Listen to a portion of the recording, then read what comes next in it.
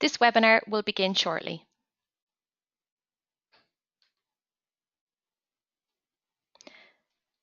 Today we are joined by Michael Bolton. This is our last webinar in the webinar series, so thank you for lasting with us and joining us here today. Michael will present on logic of verification. This is the end of the webinar series, so thank you very much for attending. It's been a great week and I hope you've enjoyed it, and you can come back and see those webinars over on the Huddle site. There still is the chance to attend these webinars and be entered into the competition to win a ticket to the conference in The Hague this year, plus return flights. Our early bird is coming to an end. It will end on the 28th of September, so there isn't much time to book for the last available discounted tickets. So please do get in there and try and get that 10% discount before we close this offer for good. If you want to ask Michael a question, please be aware that this is a recorded webinar. Michael will answer those questions and you can check back on the landing page on Monday. So I will collect those questions, Michael will answer them for you, and they will be available on the Huddle site on this landing page on Monday. So without further ado, I will hand over to our presenter, Michael. Thank you, Michael. Hello, Cleona. How are you? Good, great. Thank you for being here today. And it's a recorded webinar, so I'll just say, isn't the weather dreadful today, or lovely, or something? So here we are, and we're going to talk today about the logic of verification. This is a presentation that I've made in collaboration with James Bach. James and I teach rapid software testing, and we're going to give you the rapid software testing point of view on verification, which is something a lot of people don't talk about very much. So here we go. There is a logical basis to verification. Software testing is talked about sometimes in terms of verification and validation, but the logic of verification is often misunderstood or brushed aside. Verification is an approach. It's a technology. It's something that humans use in order to get something done in the broadest sense of what a tool or what a technology is. So as with any kind of tool, it amplifies human capabilities in some way. So if it is used expertly and skillfully, it amplifies our expertise. If it is used inexpertly and unskillfully, it amplifies the mistakes that we made. So it is important to understand the capabilities and limitations of verification. Excellent verification is part of a testing process. It is not testing in and of itself. There's much more that goes on in testing than simply verification. Testing includes not only verification and not only questioning the product, but questioning of the ways in which we check it and in which we test it. So let's have a look. Let's start simple.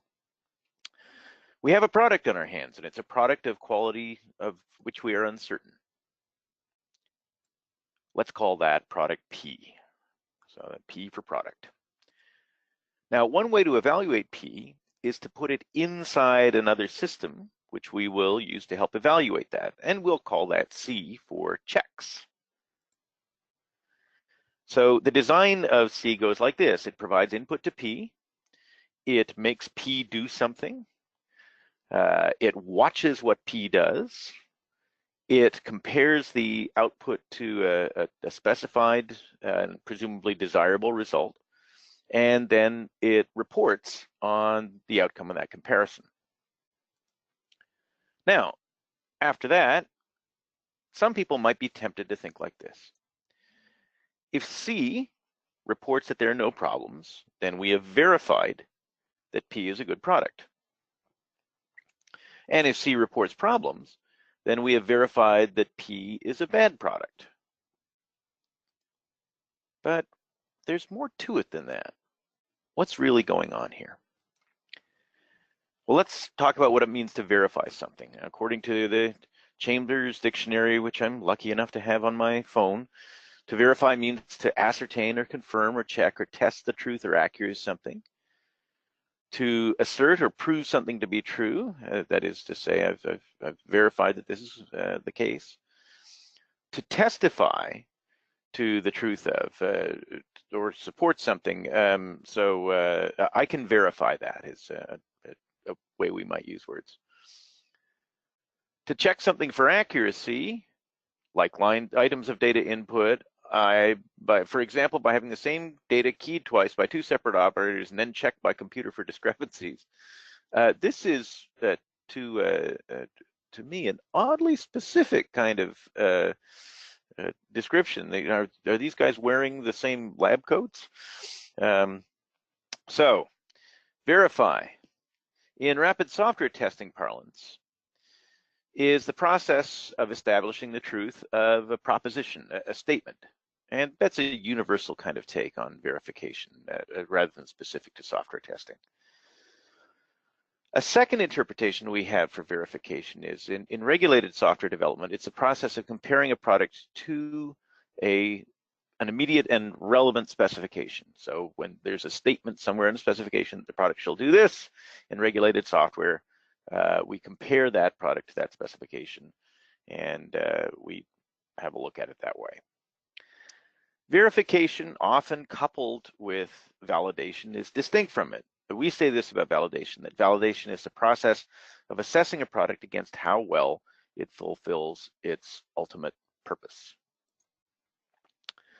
So what is verification? In practice, something exists. Some of what exists can be known. Some of that can be described in words.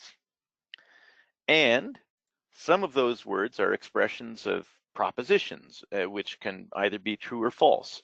So once again, verification is the process of establishing the truth or falsehood of a proposition of a statement. It's not just a feeling. It is reasoning via a logical process within a logical system. So let's look at some logical statements here. X plus Y equals 10 has a truth value, and that truth value can be verified as true or false if the values of X are known, and if they are numbers, and if the conventions of arithmetic apply. So if those premises are in place, then we can verify the truth value of X plus Y equals 10. X plus Y may have a truth value that cannot be verified if the conventions of arithmetic apply, and if X and Y are numbers. But if the value of X or of Y is not known, that truth value can't be verified. We can't be sure that X plus Y equals 10.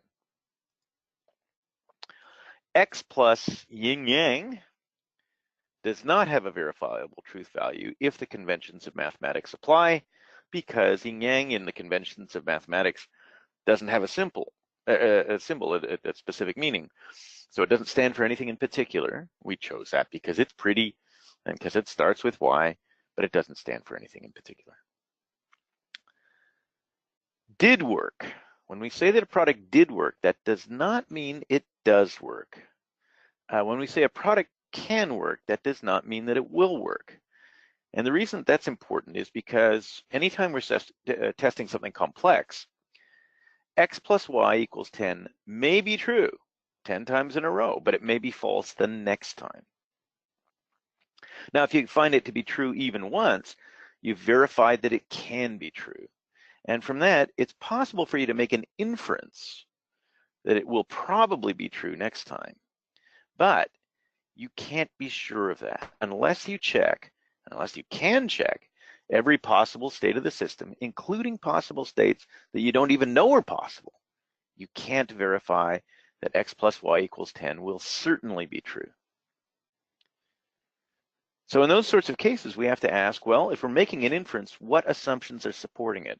What assumptions might, or what observations or conclusions might undermine it? What could change that would cause your inference to change? if a proposition is made and it doesn't have a truth value, we can't verify it. So Noam Chomsky very famously said, gave an example of a sentence that seems to make sense, but doesn't. Colorless green ideas sleep furiously. Well, syntactically, that is a reasonable sounding sentence, but it's not meaningful in everyday English. Ideas are not green, and if they're green, they wouldn't be colorless. Ideas, so far as we know, do not sleep, and regularly people sleep, but they tend not to sleep furiously. So that statement doesn't have a verifiable truth value. And then there's another kind of statement which we can make, which can't be verified, statements in the future. There are no bugs in the product. Well, we can't know that today.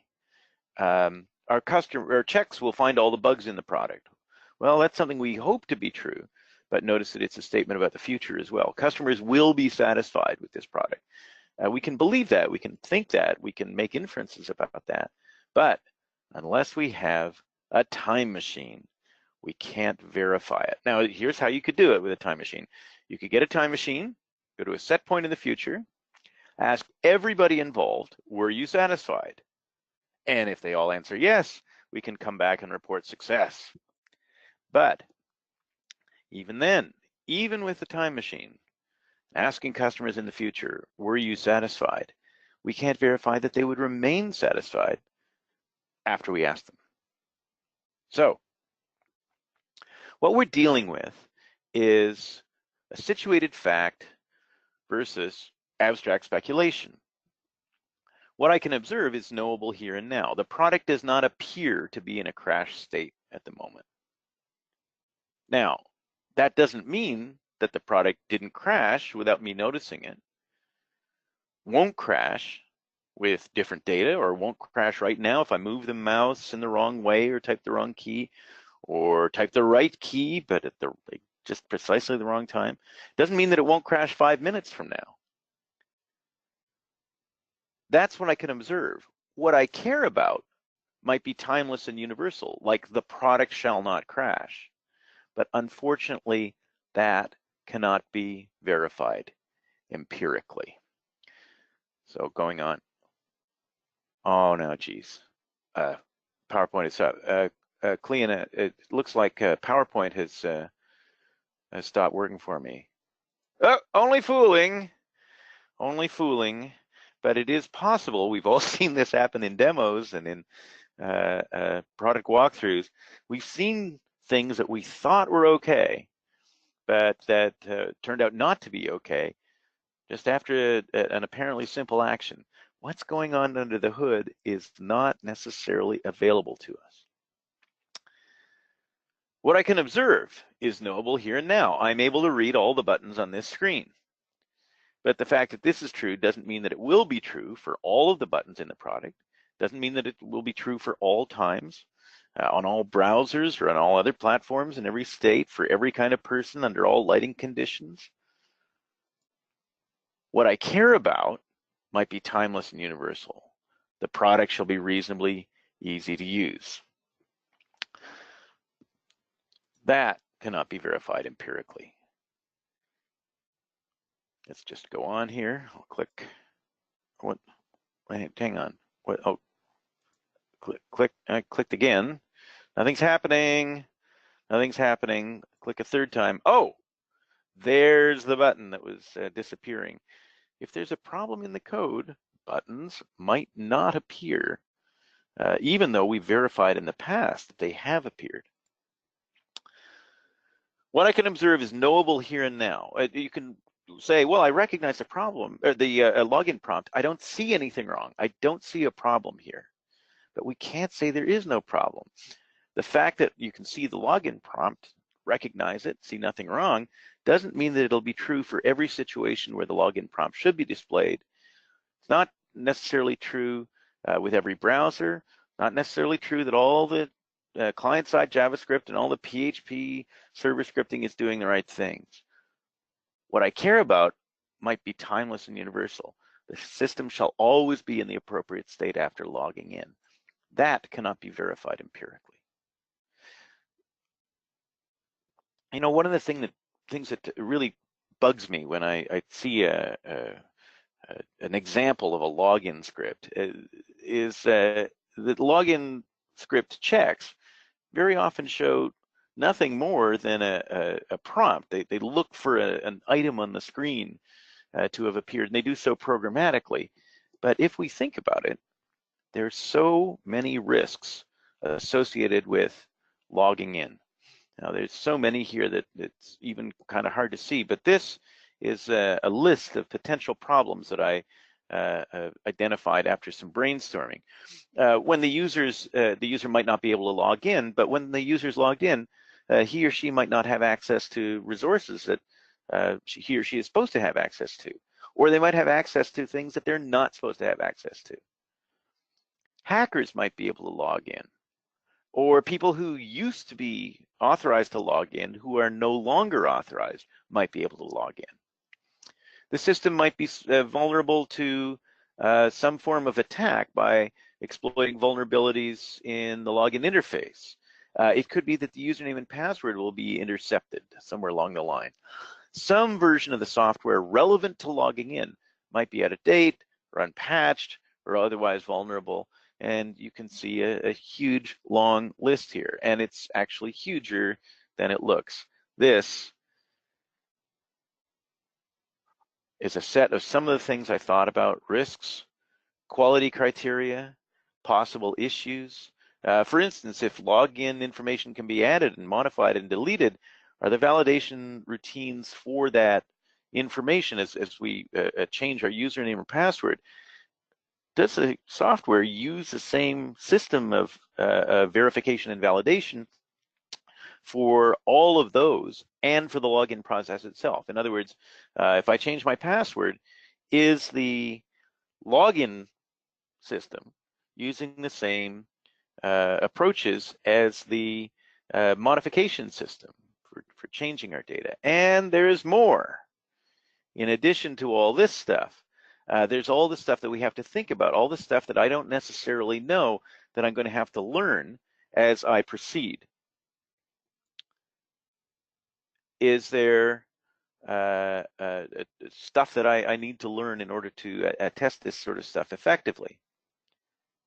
And I'm doing this to show you that after 1 hour of brainstorming and research, this is the list of stuff I've got.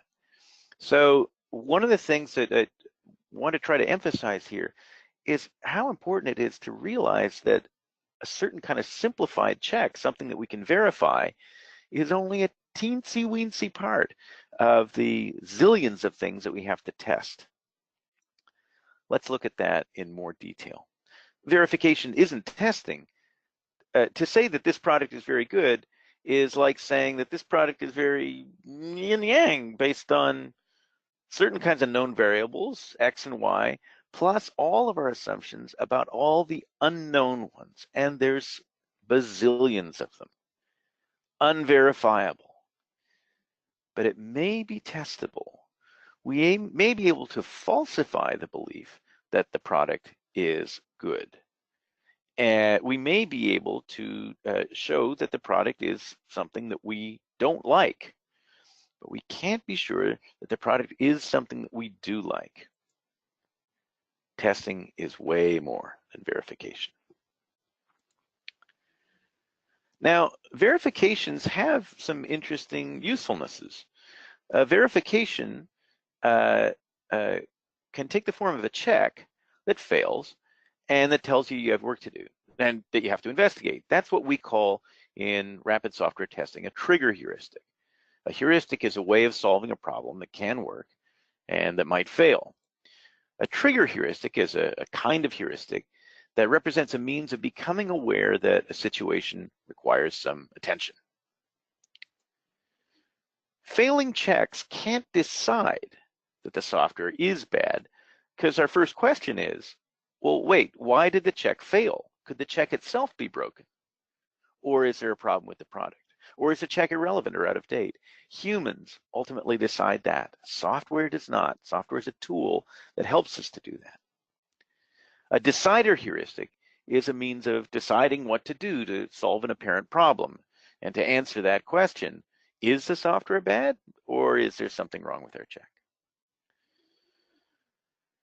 Login files and screens and displays of data are what we call radiators. A radiator heuristic is a means of conveying information to you or representing information that you need in order to solve a problem.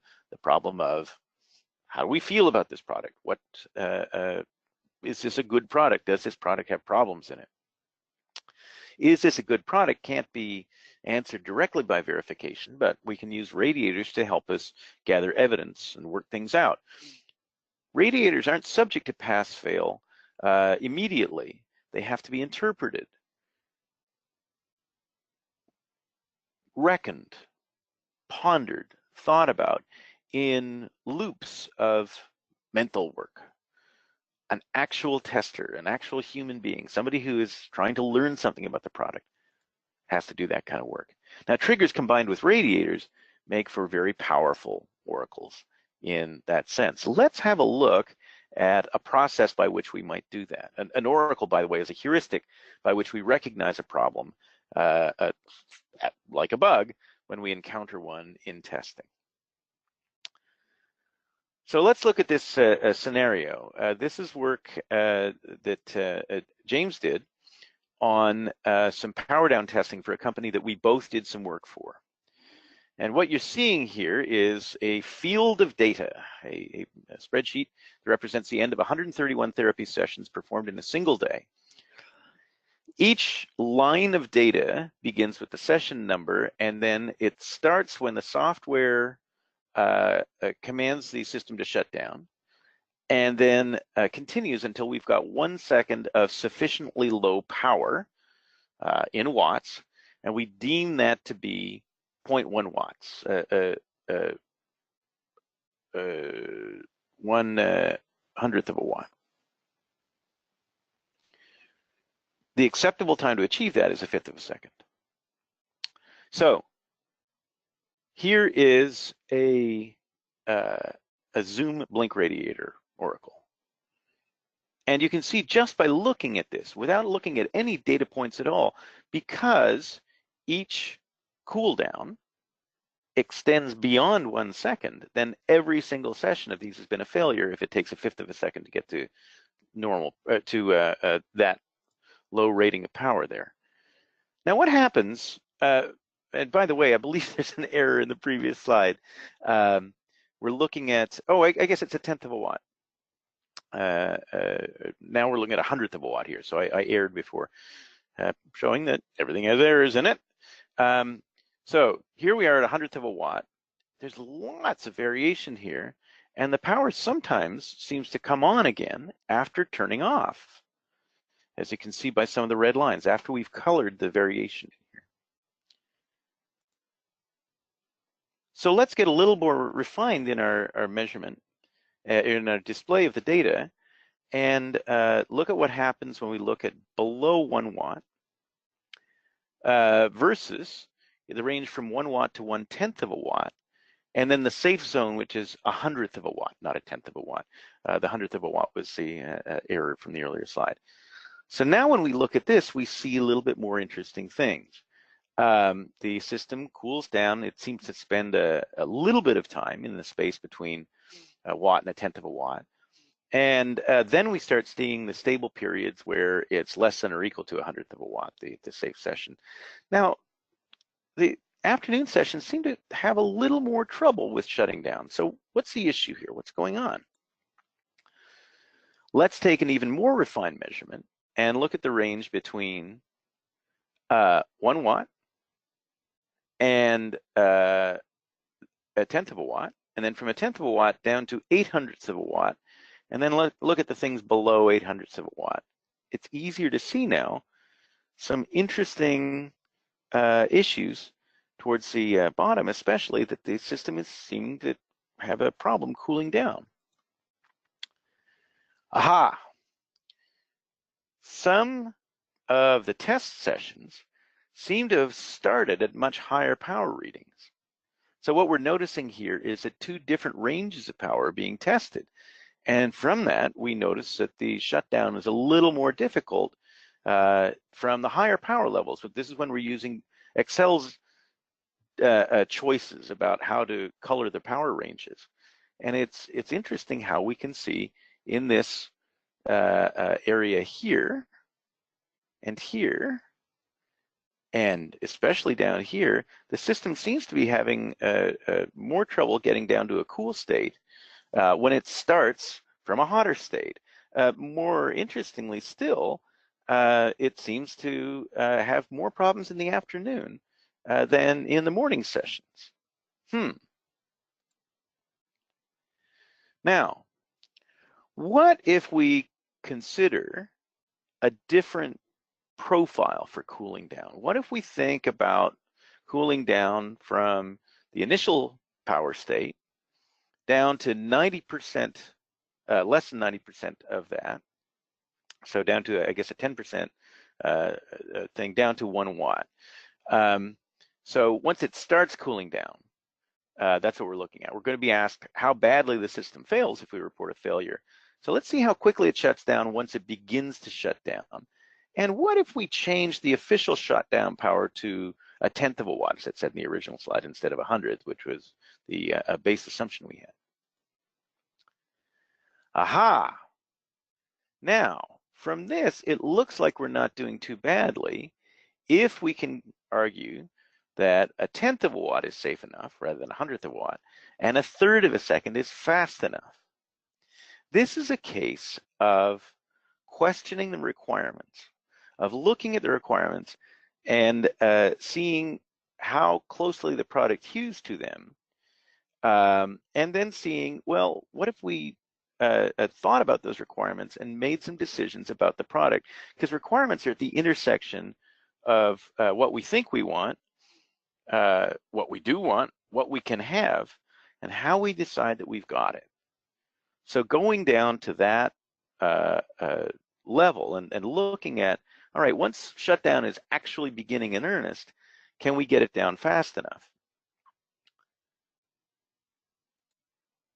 So that's stuff that can't be done with checking. That's stuff that can't be done with verification. Let's go back to our original concept here, original simplification, that C reports P is good. If and only if C is good and P is good too, then the report is valid. So C is good and P is good. The report says that P is good. The validity of a report, that's good too. If C is good, it will correctly report that P is bad when P's quality is bad, and therefore C's report will be valid. Now, the trouble with all this is that if C is a system of checking, code is often written quickly or under pressure or both, whether it's product code or check code. It's tempting to believe that product code is more important than check code because customers don't see the check code.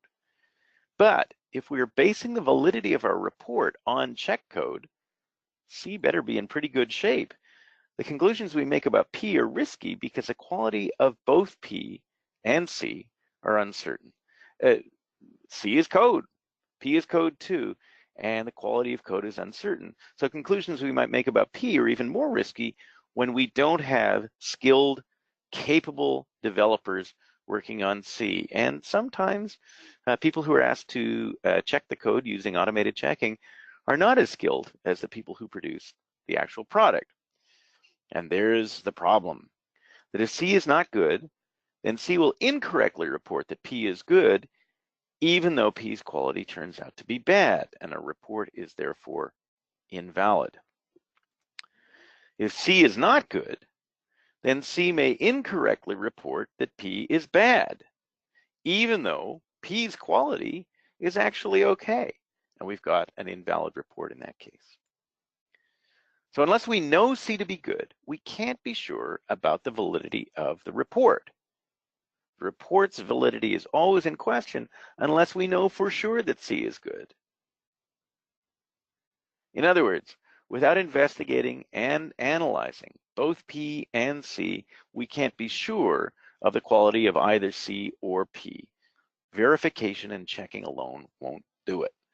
We need to investigate both of those products in order to determine whether we've got a good product or not, or whether we have actual problems in the product when we think we have problems in the product.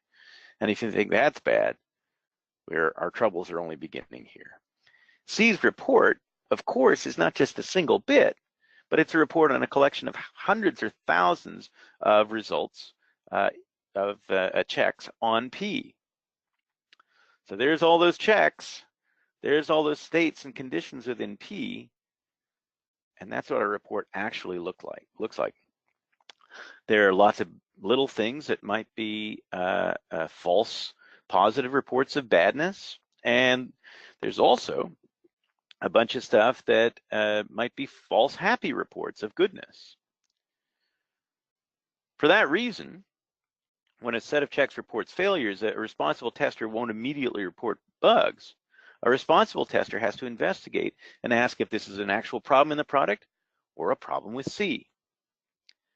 But we've already seen that neither failing checks nor passing ones are always valid. We have to do more investigation. Here's what can happen. A bad product can get categorized as bad because our checks detect problems. Oh, okay, yay, we found real bugs. A good product can get categorized as not known to be bad because no problems were found. Well, that's okay, because what that means is that there are no problems that the checks can find. But maybe our set of checks is inadequate, and maybe there are things that are not checkable as such that require a human evaluation, a non-decidable proposition. Does somebody like this kind of proposition is being examined there. We could also run into the case where a good product gets incorrectly categorized as bad because one or more of our checks is wrong. In other words, yay, there isn't actually a problem in the product, but dang, we wasted some time investigating a problem that we thought was there. Worse, a bad product could get categorized as not known to be bad because none of our checks were good enough to detect its particular badness.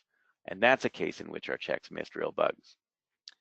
Now, all of this comes down to belief because we cannot verify our verifications without evaluating them. In other words, we can't validate verifications other than by a process of inference and belief. We probably consider our checks to be good if we consider 1 and 2 to be likely, that they're valid. We believe 3 and 4 to be unlikely possibilities, and this is very important, if the checks don't cost too much. So if the checks provide us with something that's trustworthy and something that's reliable, and they don't cost too much, then we can consider our checks to be good. Now, there are other problems here too. Some people dismiss checks that intermittently report failures as flaky. I have to say, there are no flaky checks. There are flaky interpretations of checks, but the checks themselves aren't flaky. They're deterministic. They report on conditions that we don't understand, that we're not aware of, but that's no excuse to call them flaky. Besides, how do we know that flaky checks aren't problems in the product? Have we tested that idea? And if the checks are consistently flaky, that seems to me poor utility. Why run them at all? Why not instead get rid of them and investigate? And maybe we can replace them with something that produces a more reliable, a more consistent kind of result. If we think that tests can fail, what are we doing to test the idea to report that the passing checks are valid? That is, if we're aware that checks may report red in a flaky kind of way, what are we doing to test the idea that the green ones are okay too? It seems to me, in my travels and my experience, that these questions are rarely examined, and it's worth it. It's important for us to make sure that we're not being fooled by checks that are running green and not reporting problems to us. Also, what are we doing to use checks more powerfully, to help us check more broadly and more deeply? There are lots of quality criteria that can't be checked easily, like testability and maintainability. Security has aspects that can be checked, and then there are aspects that have to be tested, things where human ingenuity can get around a problem. And what are we doing to find problems that are not being found by automated checking? Lots of people say that, oh, well, because we've got automated checking, we have more time for exploratory testing. Is that true? Well, in order to understand that, we have to think about what exploratory testing means. We might have more time for more exploratory testing if checks are inexpensive to develop, if they're quick to run, if they're easy to interpret and analyze. But if they're expensive, if they're slow, or if they're hard to interpret, then we won't have more time for exploratory testing. But if there are lots of checks failing, we won't have time for exploratory testing. Now, maybe you're wondering why we have exploratory in scare quotes here. I'm going to get to that in just a sec. Because we might have fewer failing checks if we do more exploratory testing earlier. To understand what that is, we have to learn what testing itself really is. To understand what exploratory testing is and how to do it before checking, we have to think about what testing really is. Let's call this checking and not testing. Checking is operating a product algorithmically to check specific facts about it, interacting with it in specific algorithmic ways to collect specific observations of the product, and especially about its output. Evaluating the product by applying algorithmic decision rules to those observations and reporting the outputs of the evaluations algorithmically. Is there a key word that you see on this sentence? Sure. Checking is about algorithms. Whether the checks are performed by humans following a script or by a machine, the point is that the algorithm is kind of in charge of the process on this very shallow level within the context of the check. Think about how a spelling checker works. But a spelling checker does not automate the editing. That's what's really important. A check can be performed by a machine that can't think, but which has the virtue of being quick and precise. Or a check can be performed by a human who's been told not to think and who has a disadvantage of being slow and variable. But let's keep in mind here that quick and slow refer only to the speed of the observable behaviors in the algorithmic evaluations. The machine will not recognize a problem that it has not been programmed to recognize. And that's super critical.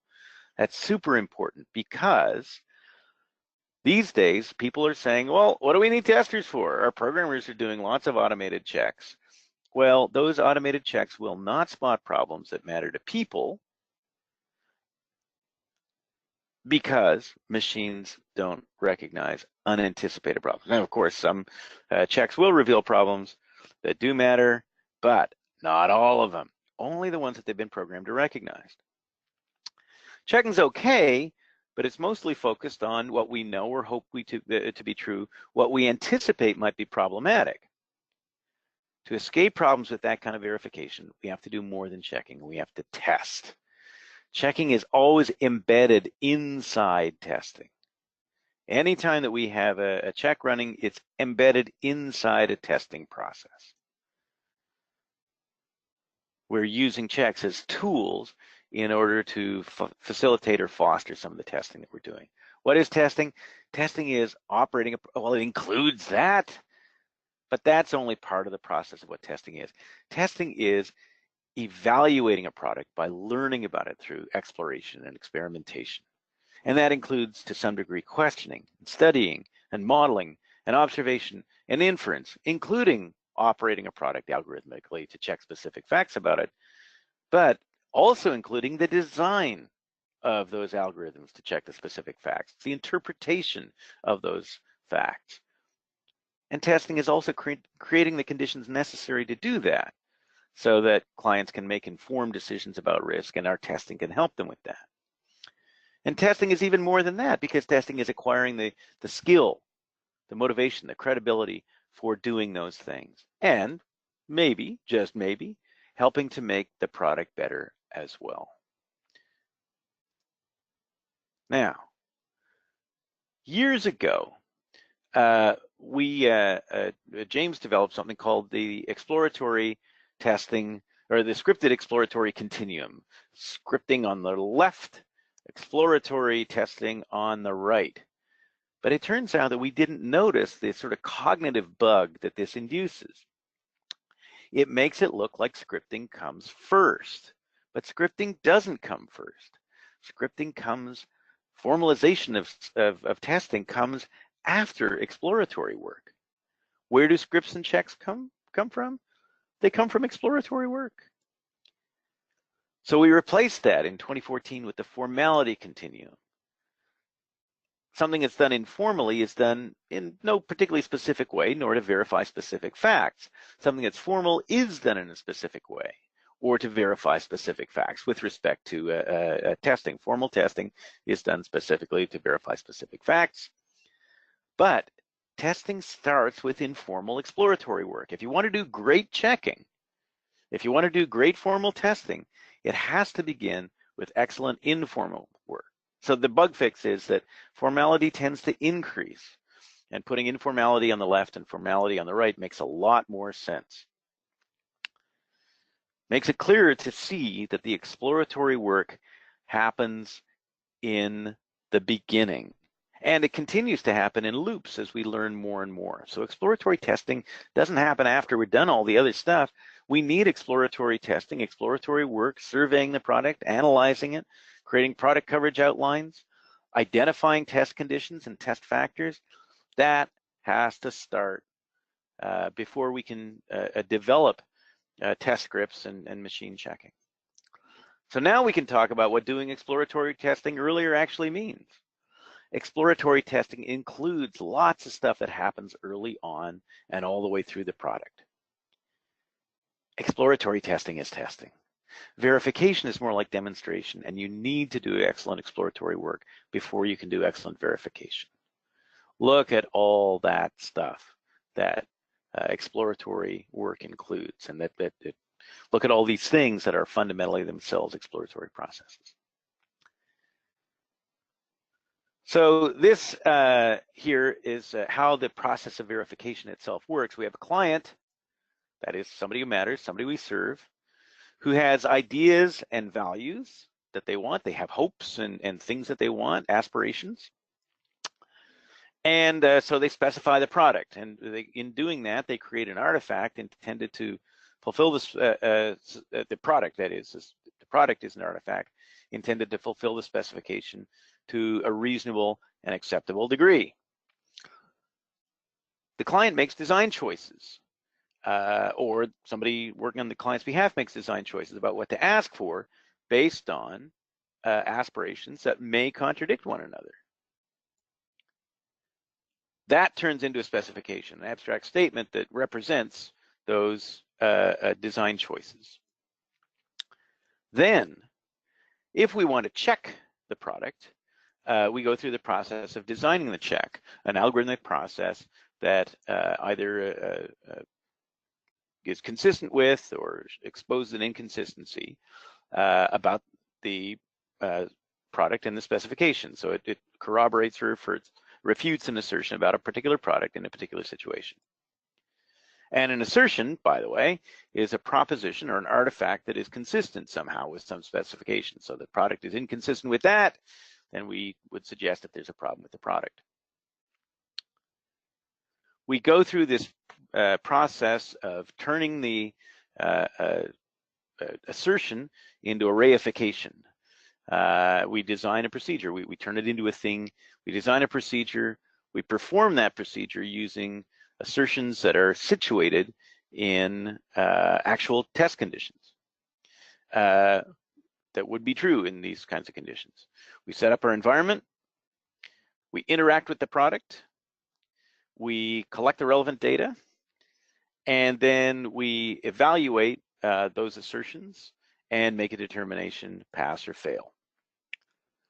So how do we come to a better understanding of the status of the product and the quality of the checks?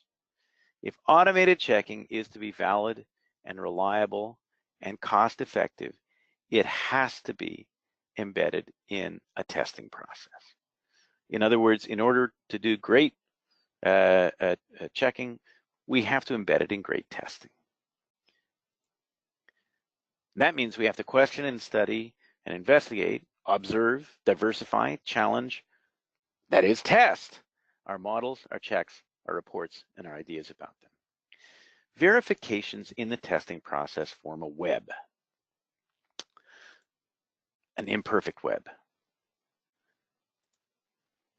There's some bugs, there's a bunch of leaves and litter, and these things end up in the web. Some of the things that we've got represent, yay, we found real bugs. Some of the things we've got represent litter, distractions. Well, we don't have an actual bug, but we wasted some time. Sometimes things get through the web and get around the web, and that's okay. Those are not problems that checks can find. And then some real bugs actually escape through the web. Well, the tester is the spider in the web. And diversified testers represent diversified spiders in the web. There are such things, some spiders are soloists, but social spiders also have different roles to play in the society of spiderdom. If we look at individual spiders in a group, certain spiders take on certain tasks. Some of them attack predators, some repair webs, some help keep parasites away from other spiders, some of them clean the web, some of them raise the young, and so on. So there are social spiders, but there are also solo spiders. If you're a solo spider, you got to do all these things. If you are the only tester working in a group, then all this stuff becomes your responsibility. Now, of course, you can help. You can get help from other people in doing this, but they ultimately don't have the responsibility for testing, and it's our argument that we need a responsible tester for this. Testers prepare and supervise and interpret and maintain checks and tests, including those performed by prepared by others. Testers explore and play and learn. We learn about the product. We justify and explain our strategy and our status. We seek and remove blind spots in our test strategy. We look for ways to improve the value of testing over time. We adapt our test strategy to the best current knowledge of risk, and we adopt our test strategy to the product context. The problem that we've got these days is a fixation, one problem that we've got at least, a fixation on verification. This is a map that James prepared of his walking route from his house. He does walks in the mountains. And what he wanted to outline here was, even though he feels like he's covered a lot of territory, what he's done mostly is he's stuck to the mountain roads and to the roads into the town of Easttown where he lives. You'll notice that the whole field here is not covered with red. There's just bits of it. And that's kind of happy path, repeated walking. He hasn't gone trailblazing. He hasn't gone through the areas of the mountains where there aren't established paths. And that means that as much as he might believe he knows stuff about the area, there's a lot of territory that he's not covering. And that's a problem that we have when we fixate on verification. There are limits to it. Instead of verification, we can consider falsification. We can't verify the hypothesis that the product is okay, but we can disprove, falsify that hypothesis. Now, when we look for problems diligently and don't find them, we can make a better inference that the product is okay, but that's not the same as verifying that it is. Instead of validating the product and instead of trying to show that the product is okay, let's consider assessment to develop opinions about it. You can have opinions about all kinds of things that can't be verified, but that's okay. Our goal is to develop an informed opinion about the product. And in order to escape some of the limits or the problems of verification and to help protect our clients and ourselves from fooling ourselves, we can say, we haven't seen any bugs so far. We're not aware of any problems yet. So here's a big long page of conclusions. Excellent verification is part of a testing process that includes not only questioning, but questioning our testing itself. Verification may be useful, but it falls short of full-blown testing. To test is not only to verify, but to investigate the product and to challenge the product. Automated checks can help. They can reduce execution time, but they will cost us time in development and maintenance and interpretation, and that time should not be ignored. Automated checks can help us if we diversify the focus of our checks, if we vary our checks, if we vary the sequence of our checks, if we vary the data that we use in our checks. Then we can use checks in a more helpful way in order to cover territory that are not covered when we're doing the same things over and over and over again. Some things can't be checked, and that means that we have to interact with the product, investigate the product, play with the product, model the product in different ways, learn about the product, reason about it. And that requires lots of different kinds of coverage, not just functional coverage, but operational coverage, interface coverage, time coverage, structural coverage, learning about the product in many, many different ways. Finally, here's a word from our sponsor. Rapid Software Testing is a course, and it's a mindset and a skill set about how to do excellent software testing. I co-author Rapid Software Testing with James Bach, and I also offer an advice and consulting, and I'm happy to hear from people at www.developsense.com. You can find lots of ways to contact me. And Cleona, pardon me, at this point is going to offer some ways of getting in touch with me to ask questions about this webinar in particular. Cleona, can you help us out? I can. Thank you, Michael. Thank you for your webinar. Really appreciate it. Very interesting. And yes, of course, guys, anyone who asked a question during that webinar, we will send them over to Michael. Hopefully he can get them answered, and we will put them back up on the landing page for this webinar, this particular webinar. The questions and answers will be over there. So please do head back. I will remind everyone on Twitter, on all the social platforms, so your question will be answered. So thank you for that. Just a reminder, the group offer is still available for The Hague in November. That's 5 for 4. That will be ending as well on the 28th of September. So do hurry on that. And the early bird is still available as well. You've entered the competition, I hope. So the winners of that will be announced next week. So thank you, Michael, for being with us today. Really appreciate it. And I guess I will see you in The Hague in November. I look forward to it. It's always lovely to see the Eurostar folks and the community that gathers around it. So looking forward to it. All the best. Thank you, Michael, and we'll speak soon.